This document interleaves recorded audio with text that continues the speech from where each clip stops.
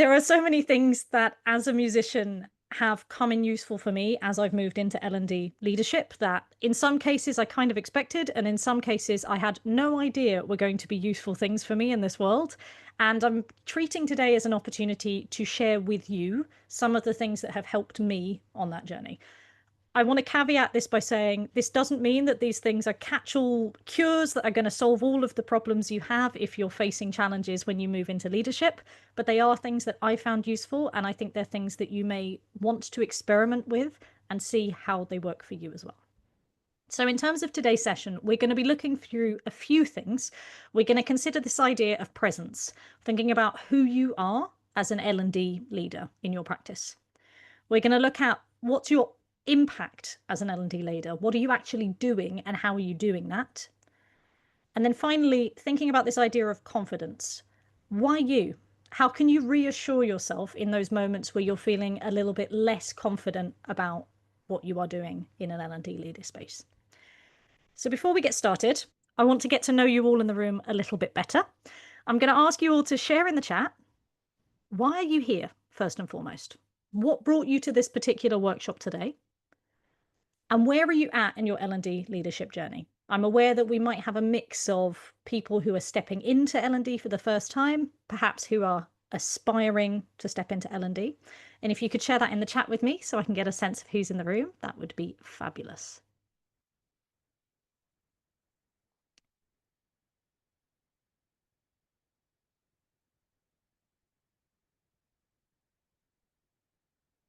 I always love these moments where it suddenly goes silent and I can just see everybody concentrating as they're typing into the chat. So we've got Snehal here moving to the journey of managing a team, so stepping into that leadership for the first time. We've got curiosity from Sergey. Erica also transitioning from working in personal development to freelancing. We've got improving confidence, actively getting involved in more meetings, topic of training and coaching. So a lot to add to your knowledge. I'll be fascinated to get your thoughts as we go through this, Chris, and we can share different practices, I'm sure, when we get to those activity sections. I'm going to give it 10 more seconds just in case anyone's still typing. So looking for ways to make more impactful work, feel more confident when speaking to new stakeholders, working towards or aspiring to lead in L&D projects and find a definition of leadership as well. And self-confidence, absolutely. Okay, we're getting more coming in through the chat. I'm going to move on now, but I would encourage you to have a look at why other people in the room are here as you're having a look through here. I do have one other request of you, which is a little bit strange. I'm going to ask you to change your Zoom names. I appreciate from looking at the responses to the invitations, some of you wanted to take part and to have a go at some activities, and some of you are just here to observe and you don't really want to be shone a spotlight on. If you want to participate, can you please pop in brackets, just that I put in the chat, a little P in brackets as a participant at the front of your Zoom name, just so that when we get to some breakout activities later, we can make sure we've got a nice mix. So if you pop it in the name on here, let me show you my example. So if I put it at the beginning of my name, fantastic. And then when we come to breakout rooms later, we can make sure there's a nice mix of people who are participating and people who may want to observe and just to drop in and out of the rooms as they're able to. Fantastic. Okay, so I'm going to tell you a little bit more about myself now and why I'm here. As Fiorenza has already touched on, I have a background as a professional musician, primarily. I did the vast majority of my studying in Western classical music. I was a pianist, and for various reasons, after several years of doing this as a job, decided to transition away from it professionally. To be transparent, it's very difficult to make a living. It's hard work. The hours are unsociable. So while playing a piano was something I was super passionate about, as a job, it wasn't for me. And when I decided to transition away from this, I needed to look at where my strengths lie, where people might be looking to make the most of the things that I'd already done and things that I was passionate about. And I came to L&D as a result and sort of fell into it accidentally. It means that my journey through L&D has been a little bit of a strange one in that I've sort of zigzagged between different kinds of L&D work. I initially was working in-house as a designer and a facilitator.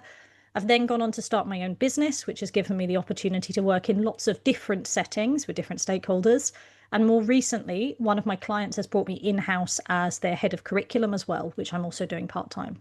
But it means I've had a rare opportunity to work at lots of different levels in a very short space of time, and found that there are a few things I'd learned from music performance that could help me in my work as an L&D leader. And I'm going to cover those 5 things today. I'm going to talk you through. We're going to have a go at some discussions. We're going to maybe do some exercise towards the end. And hopefully there are some things there you can take away and you can apply to what you're doing. So the first of these points is about performing as a leader. The second, knowing your audience. The third, flaunting your strengths. The fourth, visualizing your success. And finally, it goes without saying, as a musician, practice, practice, practice is just as important in leadership as it is in learning an instrument. So let's move on to this perform as a leader, first of all.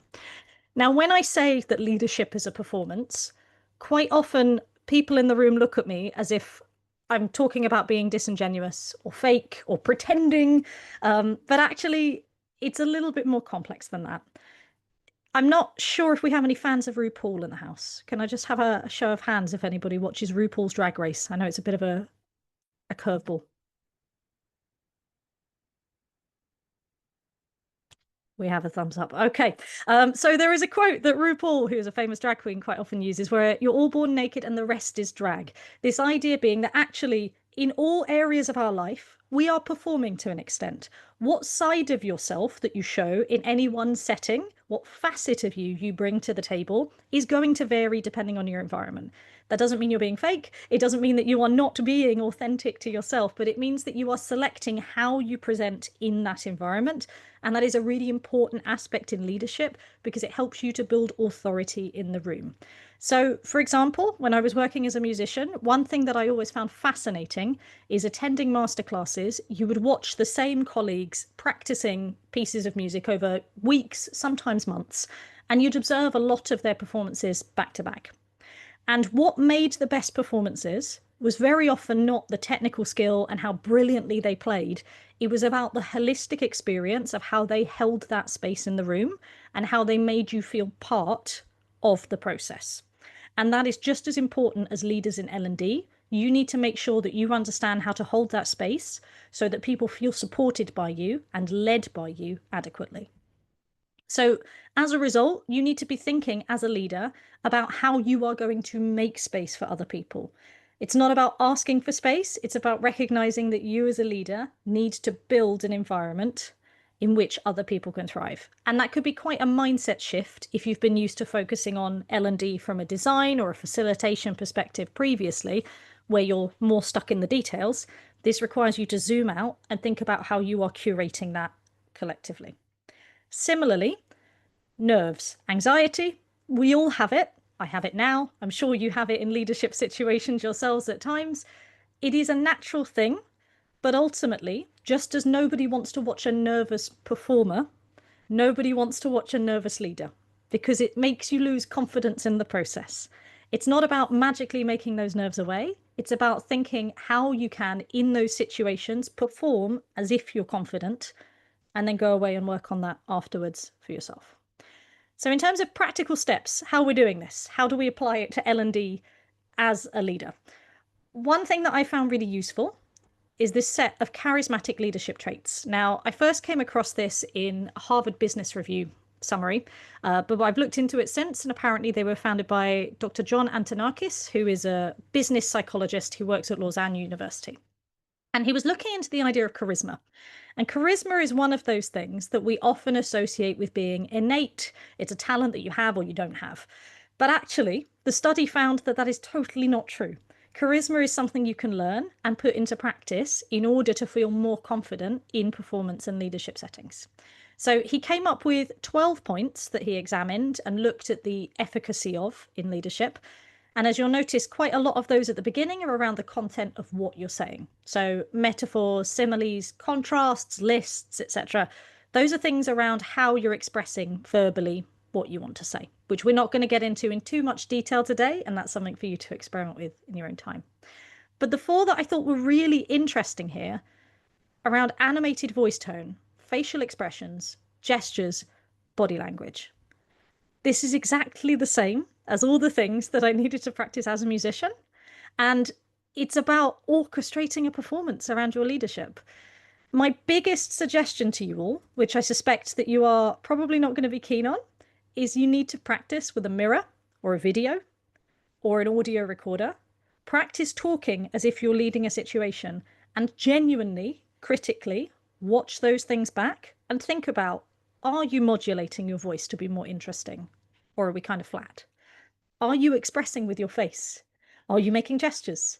How is your body language? I appreciate if you're doing this on Zoom, you've only got a small window in which to do this. If you're doing it in person, it'll be a very different situation. But it's really important to evaluate those things in an environment where you have the opportunity to make some changes, because then you can truly see how you are presenting and how things might be received as a result. So that's the first one. The second one, know your audience. And we're going to do a bit of discussion around this one as a group. When I say audience, obviously we're continuing along this performance vein. I'm not suggesting that you're going to start, singing and dancing in front of L&D stakeholders. But it's really important to think about who you have in the room and how they're going to respond to what you're doing. So, as a musician, sometimes in the same day, I would be going from teaching 5-year-old children in a primary school to playing background music for Lord Mayor's dinners, for example. Perhaps later in the week, I'd be working on a cruise ship. As a musician, I am the same person. I still need to deliver my skill to a high quality, but I need to adapt it to the audience. If I sit and play a 45-minute piece for a room full of 5-year-old children, that is not going to go down well at all. Similarly, if I'm on a cruise ship and I'm very serious and I'm taking myself to be a very serious artist, people want frivolity, they want to be entertained, it's not going to land. And it's exactly the same in your L&D leadership. You need to be thinking about when you are leading in any situation, whether it's in a meeting or for a project, what do the people around you need from you? How can you best support them? And how are you planning to share that information to support them in the process? In order to hold a room successfully and to grab people's attentions, you need to know where they are. I'm sure we've all been in those meetings where somebody's talking at you and they're not really thinking about what you can practically use in that moment, or they're pitching it far too high or far too low, and you're feeling a little bit patronized. As a leader, it's your job to try and make sure that you are pitching as close to that right level as you can. So I'm going to ask us now to have a bit of a group discussion.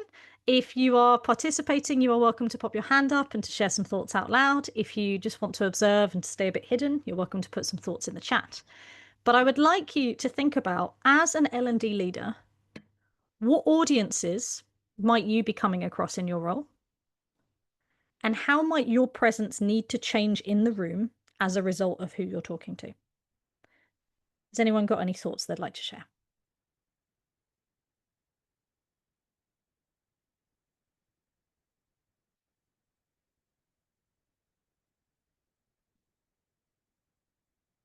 See, we've got something coming through the chat now. Oh, that's from Fiorenza. Okay, so why don't we break this down and just start with the audiences? Who might you be talking to as an L&D leader?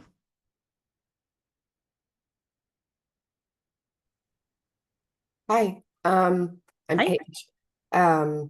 Typically, I'm talking to stakeholders. So they're fantastic. key stakeholders, often like heads of departments or yeah, other team leads, just to discuss with them pitches or new projects, different things like that. So for me, it's often stakeholders who are invested in whatever the project is going to be. Gotcha. Thank you, Paige. I'm going to press you a little bit further on that because I'm interested. You mentioned about different heads of department. I'd challenge you to think a bit further about, okay, they may all be on the same level in terms of seniority. How are their priorities going to be different? And how might you think about changing your presence to accommodate that?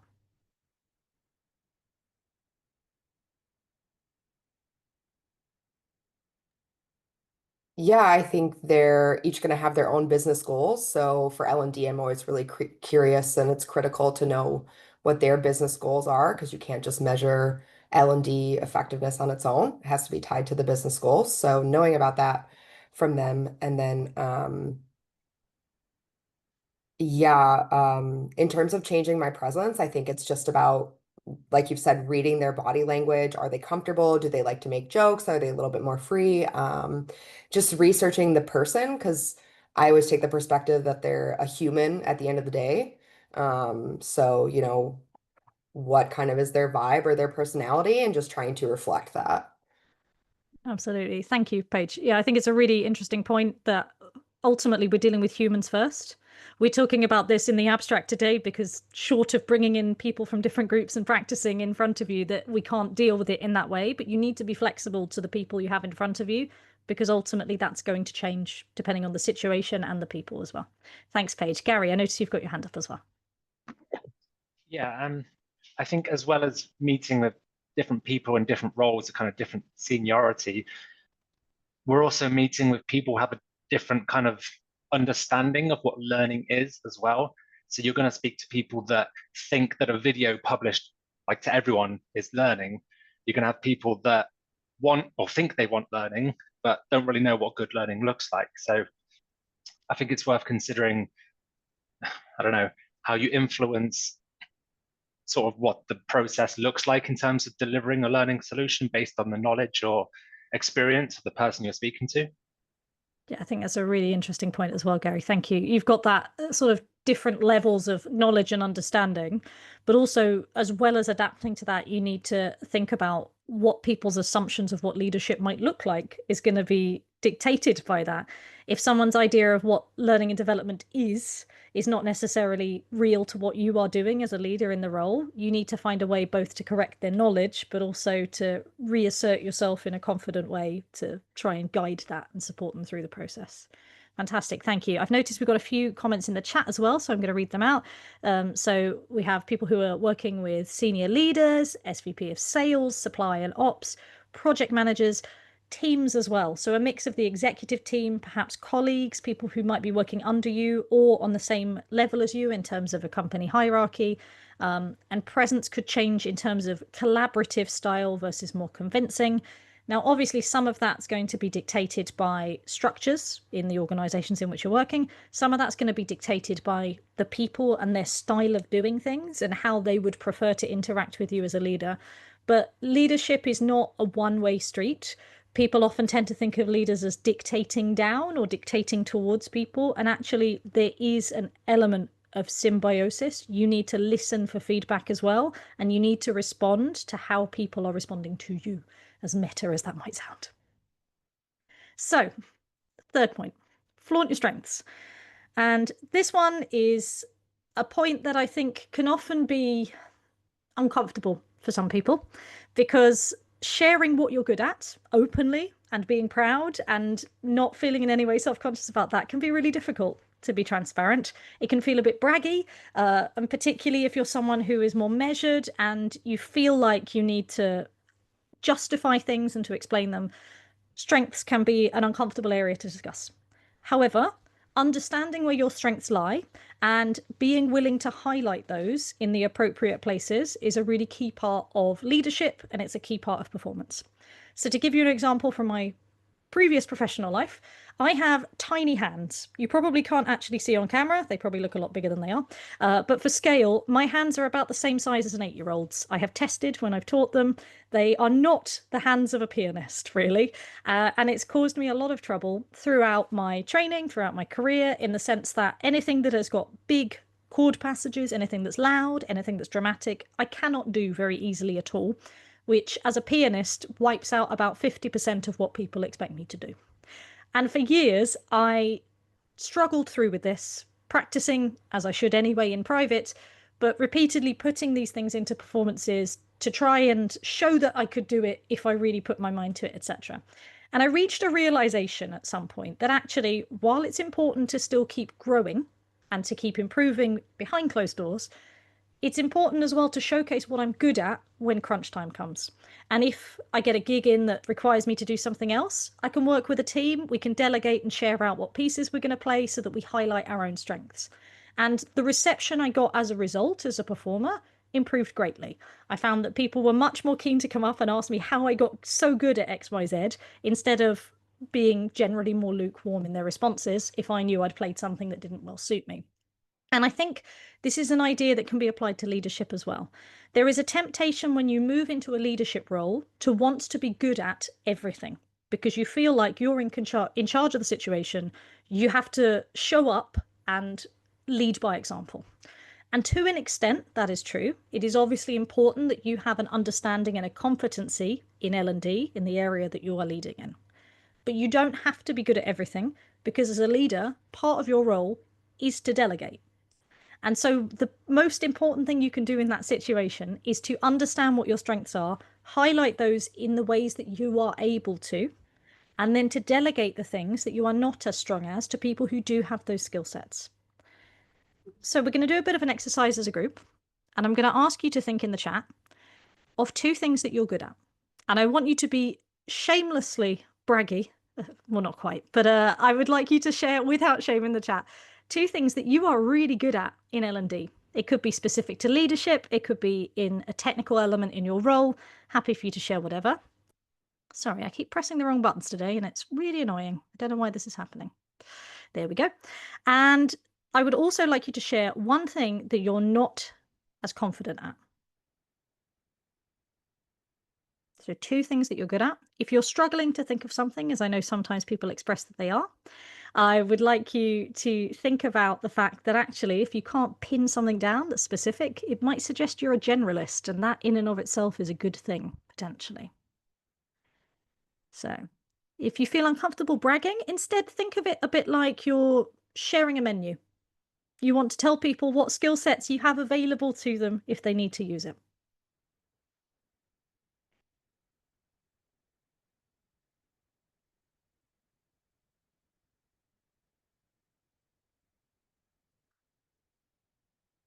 Fantastic. So JL, very comfortable handling interactive trainings. We're starting to get some few more through now.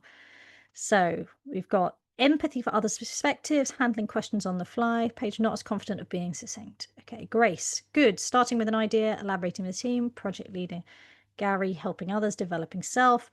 Weakness, knowing what to share, when to share it, and adapting. Laura, good at adapting to changes, staying calm and collected. Antonia, designing, using authoring tools.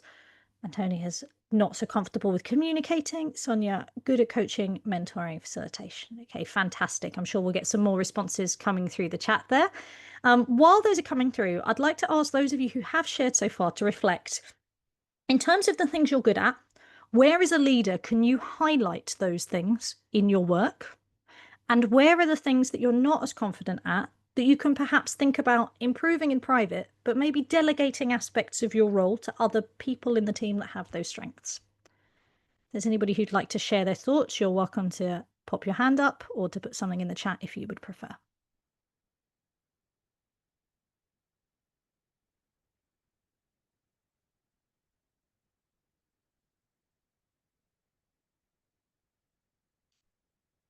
In the meantime, we have a message from Chris around coaching and facilitation. And finding that what content to use in the design process is something you're not as confident at.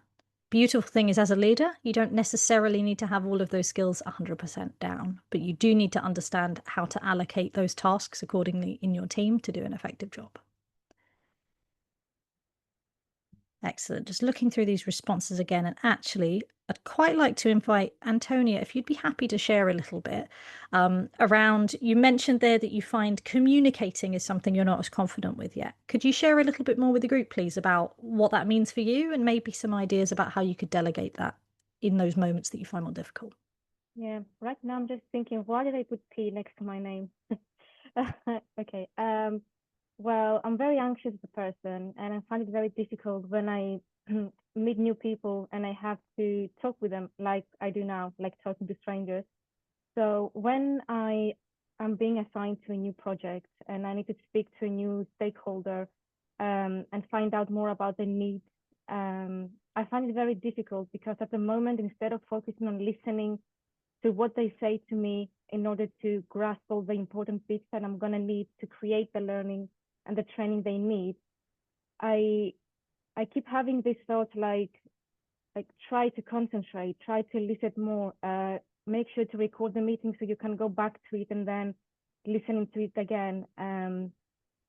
So I don't know what kind of advice I can give right now. I think I'm the one who needs advice, and that's the reason that I have joined this workshop, to listen to other people and how they deal with this lack of confidence when they have to be responsible for a project or lead a project themselves. So can you repeat the question, because I'm not sure what I'm supposed to. No worries. I'm not going to repeat the question though, because actually I think your answer in and of itself was more interesting than the thing I asked you.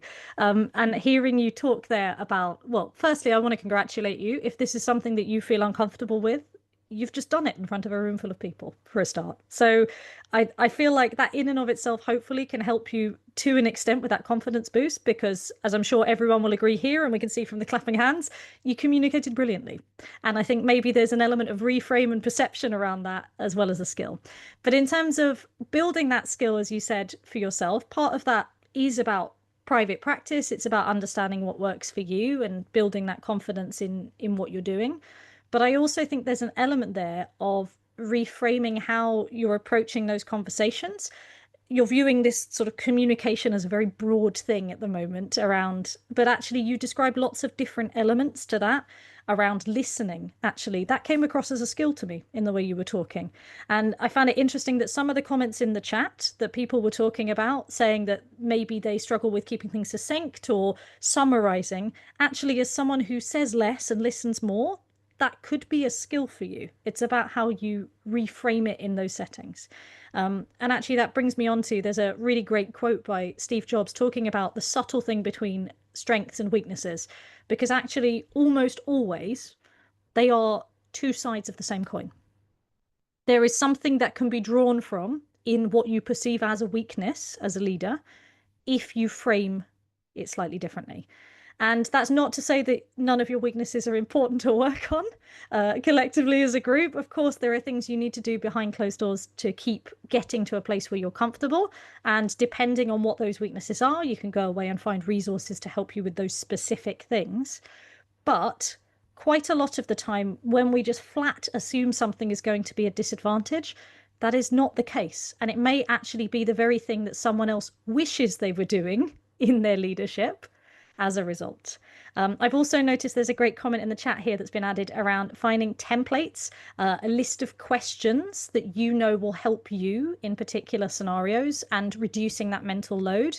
Part of why I gave you some of those charismatic leadership traits earlier is anything you can do to turn it into a task instead of thinking of it as this gargantuan thing you have to overcome will help you to make steps towards being more confident.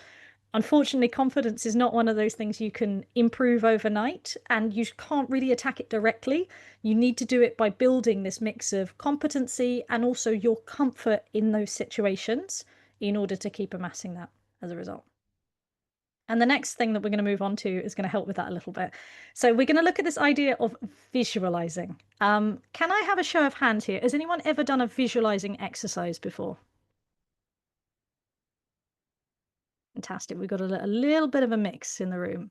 Brilliant. Okay, so if you have done this before, I'll be interested to hear from you afterwards how this compares to the kind of approach you've taken, because I think there could be some differences around how this is done.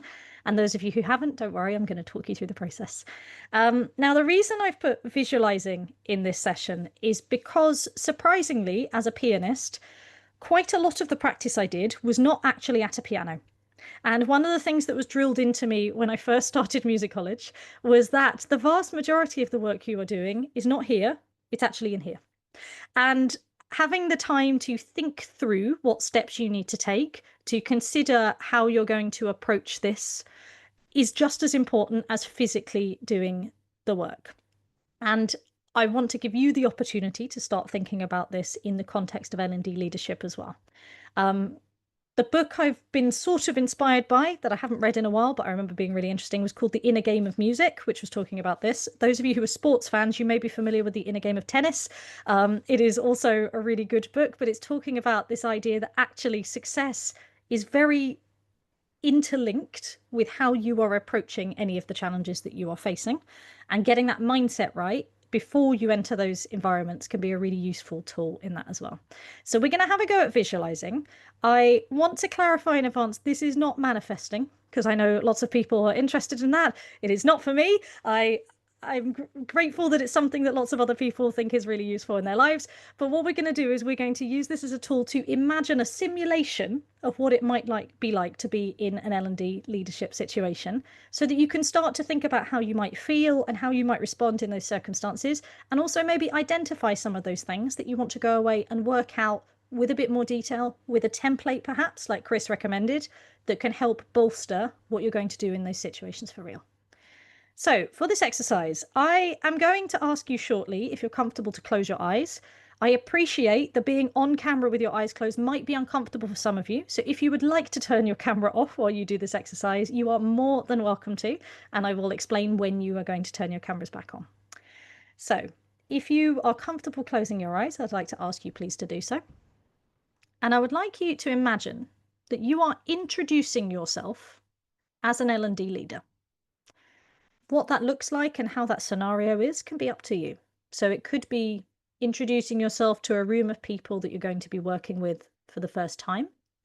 It could be that you're reintroducing yourself to a team that you're now in charge of, who you previously worked with. I want you to think through the details of what you would do as you were introducing yourself to them. And I want you to think about your words. I want you to think about your body. I want you to think about the space that you're in as you're doing this. As you're thinking through that, I want you to notice how you feel. What does this situation bring up for you in terms of emotion? Now, I want you to turn your attention to what you notice you're doing really well. What are you absolutely in charge of and feeling very confident about? And I also want you to turn your attention to what are the things in the back of your mind, those little thoughts that you can't let go of as we do this exercise, that's perhaps playing on your attention or isn't going so well in your imaginary scenario potentially. What's making you slightly anxious as you do this? Okay, I'm going to ask you to open your eyes now. If there's anyone who would feel comfortable to share, I'd like to hear how your experience was of that first visualization. Gary, how did you find it? This has been like front of mind for me actually recently. I went to an event this week and that was exactly kind of what I was thinking about. So that was what came to mind for me straight away, was introducing myself to people I hadn't met who were like much smarter and much more further in like L&D than I was. And one thing that I kind of realized was that I have no problem saying my name because I'm pretty familiar with that, but I almost didn't believe what I was saying about what came next, as in like, so I am this job role and this is the value that I bring. But as I was saying it, I was kind of hearing myself saying like, I don't know, do you believe that? Like, is the person that you're explaining this to really convinced about this? Or are they just thinking in the back of their mind, I'm looking forward to meeting the next person because I'm going to get more value from them than I will this person. So I feel like, well, I feel good in the sense that I'm aware of it and I'm trying to communicate value in the best way possible. But I also feel a sense of, I don't know, maybe it's like anxiety or something. It's just something there to say like, you're not as interesting as you want to be, kind of thing. If that makes sense. Yeah, makes complete sense. I think it's a feeling that a lot of us here will probably resonate with. We all have those moments of going, why me? Am I important enough to be here? What am I doing in this space? And it's certainly something I experience regularly, even now as an L&D leader. I don't think that ever goes away entirely. I think what is important is finding a way to separate what is that feedback that can be really useful to you internally about things that you might want to go away and work on versus what is that human emotion in the moment. So one thing that I recommend for people to do is when you do these exercises, for example, anything that you notice you are struggling with or makes you anxious, write it down on a piece of paper and treat it as a to-do list. If that is something that you know in those high pressure situations is going to crop up and is going to throw you off track, having a plan to go away and to think about it in less pressured situations and to take steps is a constructive way to deal with that emotion. Then you can reassure yourself when you're in those situations, when that feeling comes up, that you know it's just an emotion. It's not something that you need to act on because you've done the work in private. The thing that's actually coming up for you there is a response that's perfectly natural and you can put to one side and do your best to navigate around. Does that make sense? Yeah, that's great. Thank you. Fantastic. No worries. Has anyone got anything else you'd like to add before we try this a second time with a slightly different filter? Erica, go for it. Yeah. What shifted in me at some point when I was like super busy on like, who the fuck am I to say this? Then I shifted to, can I see the other person? How can I serve that person in a way? Like, how can I be useful? And that kind of like put out the focus. So it's not only about me, but I'm here in relationship. And if I see what is the other and I really connect and I see what's behind what the person is saying, then I can provide value, and then it takes off a bit of the cloudiness of doubts, self-doubts and stuff. Gotcha. Thank you, Erica. That's a really good way to approach the idea of actually, if you're thinking about what value you're bringing, and the rest of it's less immediately important in those situations, it can be a great way to take the pressure off.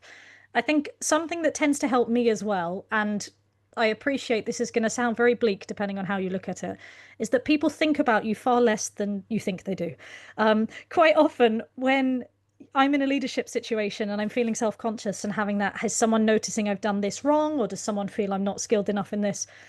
Think about the times when you have interacted with leaders, and I suspect that in reality, yeah, you might have the odd thing that you're not very happy about or you have a gripe with, but the vast majority of your experience with that person is probably not particularly critical. It's probably a very small fraction of the things that go through your brain. And ultimately, although I know it's probably not great for us as human beings to realize that we're perhaps not as special as we think in these situations, it can be useful to recenter and go, actually, chances are I am just one interaction in that person's day. It is obviously great if I can do the best I possibly can to heighten that experience and make sure that I'm really bossing it. But if I'm not, ultimately, that's going to be something they forget in 5 minutes' time. It might be something that plagues me for days because I'm thinking about how it went and trying to improve it, but it's something that's going to be relatively inconsequential to them. Okay, so having looked through that, those of you who had those anxieties come up, as I said, I'd like you to write those down on a piece of paper, and then I'm going to ask you to fold that piece of paper and to put it to one side, because we're going to reattempt this visualization, and this time we are going to try and stay away from those things that are plaguing you as we did in the first visualization there. In the meantime, I'm just going to have a quick look at the chat. Oh, we've got not about being the main character in other people's life. Be a Sam to a Frodo. I love that. I'm a fan of Lord of the Rings. That's made my day. Excellent. Okay, so we're going to try a second time. So I'm going to ask you shortly to close your eyes. If you would like to turn off your camera, you are more than welcome to do so, as before. And I'm going to ask you, once you've closed your eyes, to restart this scenario. I want you to go right back to the beginning. And this time, I want you just to focus on everything that you are doing well. I want you to notice your tone of voice, how you're holding yourself, what you're saying, thinking about what you have achieved in this situation. Might be useful to zone into those strengths we talked about earlier. Where are you applying them in this particular situation? And I want you to really zone in this time on how it feels to be doing a good job. How confident is it making you? Does it make you feel proud? Relieved, potentially? Perhaps you don't feel very much at all because you're just in your flow. And I want you to really focus on the specifics of the situation. I want you to notice those little gestures that you're doing, whether it's that you've shaken someone's hand in a really affirming way. Perhaps it's that you're smiling as you talk. Perhaps it's that the other people are smiling back at you as you talk. I want you to notice what comes up for you that's positive in this situation.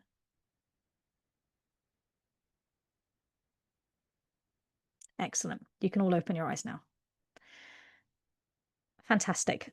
Thank you very much. I'm not going to ask anyone to comment on that because I want to make sure we have time to move on to the final point. But I would encourage you to use these visualization tools, these simulations, for want of a better term, whether that's looking at the ones where you treat it as a bit of a diagnostic tool, like the first one, where we think about what's going to come up for you that you might want to prepare in advance, Or it might be about reassuring yourself and thinking, I know I'm capable of doing this, and this is what it looks like for me, and these are the conditions for success that are going to make me feel really comfortable in doing that. Finally, practice, practice, practice. So obviously, this is your life as a musician. There is more practice than there is work, to be transparent. Even when I was working as a professional musician, the vast majority of my day was spent practicing. It's the bit you don't get paid for, which is part of the issue with doing this professionally. But it is the most important part of the job, because whether it is a physical skill that you're acquiring or a mental skill or something related to confidence, ultimately you are going to build comfort by doing that thing, and to be transparent, by sometimes not doing it very well. And that's okay. Leaders are not perfect, performers are not perfect, but part of the process is trying things out and seeing if they work for you, and not being too critical of yourself when you do that. I would encourage everybody to approach things like this with curiosity first and foremost. As you're entering these leadership environments, you might try things that don't work sometimes, and that's totally okay. Go back to that visualization. Remember that actually what you're doing is probably a small fraction of somebody else's day. And even if you've got this burning feeling of, oh no, I did this wrong, it probably didn't even clock on their radar, to be transparent. But we need a chance to try and think about how we're going to put this into practice as a group. And so we're going to do the exercise that we just did, but we're going to do it with each other in breakout rooms. And we're going to think about all the things that we did today. So it's going to be your turn. And we're going to stick you in the breakout rooms for probably, I'm going to say about 8 minutes, if that's okay, Fiorenza. And I'm going to ask you to focus on these things that we looked at. So first of all, when you're introducing yourself, think of it as a performance. That doesn't mean I want you to fake and be inauthentic. It means I want you to think about, how am I using my words? How am I holding myself? How do I feel about the space around me and the virtual space of the room that the people are in? Adapt for your audience. The good news is you are in a room full of people who do the same thing as you and probably have similar interests in this workshop. So you know what they want to hear, because it's what you would want to hear if you were listening to someone else's introduction. Adapt accordingly and consider the people in the room. Highlight your strengths. Think about, what are you doing in that role that you're really good at? That could be saying where you have a strength directly, or if you're less comfortable with that, it could be about highlighting what skills you're using in particular projects and what you can offer people in that space. And focus on those positive cues that you visualized. If you noticed that when you were smiling, you felt more confident, or maybe you weren't smiling, you felt more confident, do that.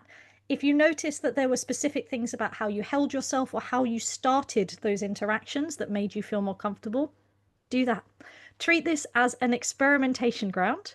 I'm going to give you 8 minutes now. I know Fiorenza has separated people out, so you've got some participants in each room, and then observers you can also watch and get a sense of what's happening as well.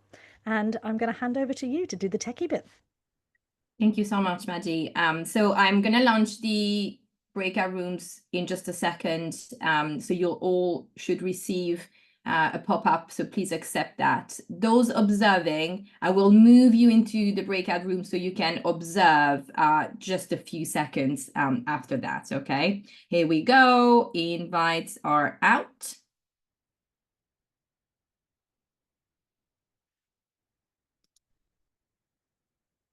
Is there anyone who wants to participate and not observe? However, you have not managed to indicate a P, to add a P in your Zoom name. Please let me know if that's the case. Yeah, I think that's the case with me. All right, fantastic. Let me.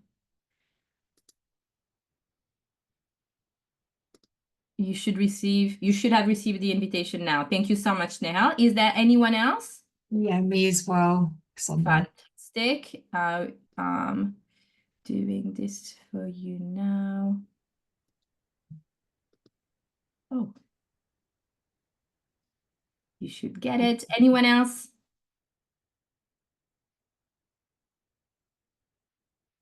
All right, so then Stephanie and Sophia, I'm gonna move you to a breakout room so you can observe, okay? And people will know that you're observing because you don't have a P next to your name.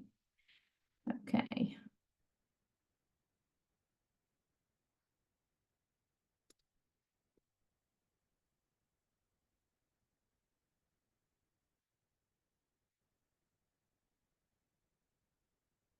You should have received an invite. Perfect. Maddie, what do you want to do? Do you want to observe something, or are you happy to stay here? I think I'll probably pop in and out in a minute, but I'll let them get in the flow of things first so that it's not just me suddenly appearing and being off-putting. But I might stop sharing that for a second. And I have started the timer, so as soon as the 6 minutes people... I can see. Yeah. Perfect. And then I'll bring everyone back, do a quick summary, and then I'll hand over to you to wrap up. Cool, fantastic. Yes, it will, the breakout room will automatically stop. Oh, I need to stop the recording. Pause the recording. Excellent. You read my mind. I was just about to ask. Fantastic. We're just getting some people coming back into the main room now. Wonderful. I've always thought that Zoom should have some sort of like zoop transporter sound that happens when people appear. It would make it so much more satisfying as a facilitator to see everybody popping up with sound effects. But clearly I'm alone in that, or else there's just not enough of a demand for it, so they haven't made the effort. Welcome back to the main room, everybody. Thank you. I managed to pop in and out a few of the breakout rooms. I didn't get to everybody, but it was really interesting to see the diversity in approaches. Some of you were focusing on that posture, thinking about how you sound, how you look, how you feel and hold yourself. Some of you focusing more on the content and how you frame things. Had a particularly interesting conversation with Chris, I think it was, about using the FIT framework. Which you are welcome to share in the chat if you'd like to give other people an idea. But people thinking about how they're positioning their wording, talking about focusing on strengths, thinking about how to frame their introduction around what they can bring in terms of value. Some people, they're making use of those visualizations and thinking about what makes them feel comfortable in the space. As I said at the beginning of the session today, there is a lot of variation in what will work for different people. And some of these techniques you've tried might not work for you. That's totally fine. It's a process of exploration, and it's important to be curious in finding your leadership style and finding what makes you feel like you can own the room with confidence. So one final thing that I encourage participants to do in any of the workshops I do is to go away and to think about what steps you can instantly take this moment to put into action. It might be that one technique or idea or comment that someone made that's given you a slightly new way of thinking of something that you can put into practice from today and see how that works for you. I'd recommend you also think about what's something that you found useful, but perhaps you don't yet know enough about to build on. Something that you might want to go away and research. Perhaps it's that you had a conversation with someone today that you'd like to keep in touch with. That could be a useful way to approach this as well. And then finally, a lot of the conversation we had today hinged around this idea of leadership being this big, insoluble thing that you can't magically be good at all at once. But what you can do is think about where you would like to be 6 months, a year, 2 years down the line, and use these first 2 steps as stepping stones towards it. It can be really off-putting if you think about leadership as this huge insurmountable object, but actually if you use it as a target, if you use it as an inspiration for where you'd like to end up, it can be a really beneficial way to keep yourself improving in that process. So thank you all very much for taking part today. I do have as well for you, let me just pop in the chat. So if you enjoyed today's workshop, you are welcome to have a look at our website. We have a free blog, and there's an article in particular that might be of interest around facilitation and how music teaching and facilitation have some tips that could help you in that process. There's a lot of overlap with leadership and facilitation around owning rooms and confidence that could be of use. We also have a course website, and if you would like to leave a review, you are more than welcome to. But I know I'm going to pass back now to Fiorenza, who's going to talk a little bit more about L&D Shakers and talk about the Career Leap program. Gosh, you can tell I'm at the end of a session. Back over to you, Fiorenza, and thank you all very much for taking part. Thank you so much, Maddie. Thank you so much for all the strategies, tools, insights that you've shared. And thanks, actually, a huge thank you as well for you all in the group for your participation and engagement. It's not always a comfortable or easy topic, and I think you've really done a great job. Very quickly, Career Leap is still going on for a couple of weeks. We have some events, very cool events coming up. I'm going to pop in the chat the Luma page, which is the scheduling page where you will find all the remaining events. Please, if you can, do join us. We also have a L&D Shakers LinkedIn and Slack group and community. I'm gonna pop the links for that as well. I hope that you can join us in there too, and we can get this conversation going. Yeah, thank you all so much for your presence today and engagement, and thanks again, Maddie. It was brilliant. No, thank you. It's always a pleasure when you've got a room full of people who are engaged in their own ways, whether participating or observing. You can feel the energy and it makes a big difference. So thank you all very much for taking part. Thank you, everyone. Have a great day. Bye.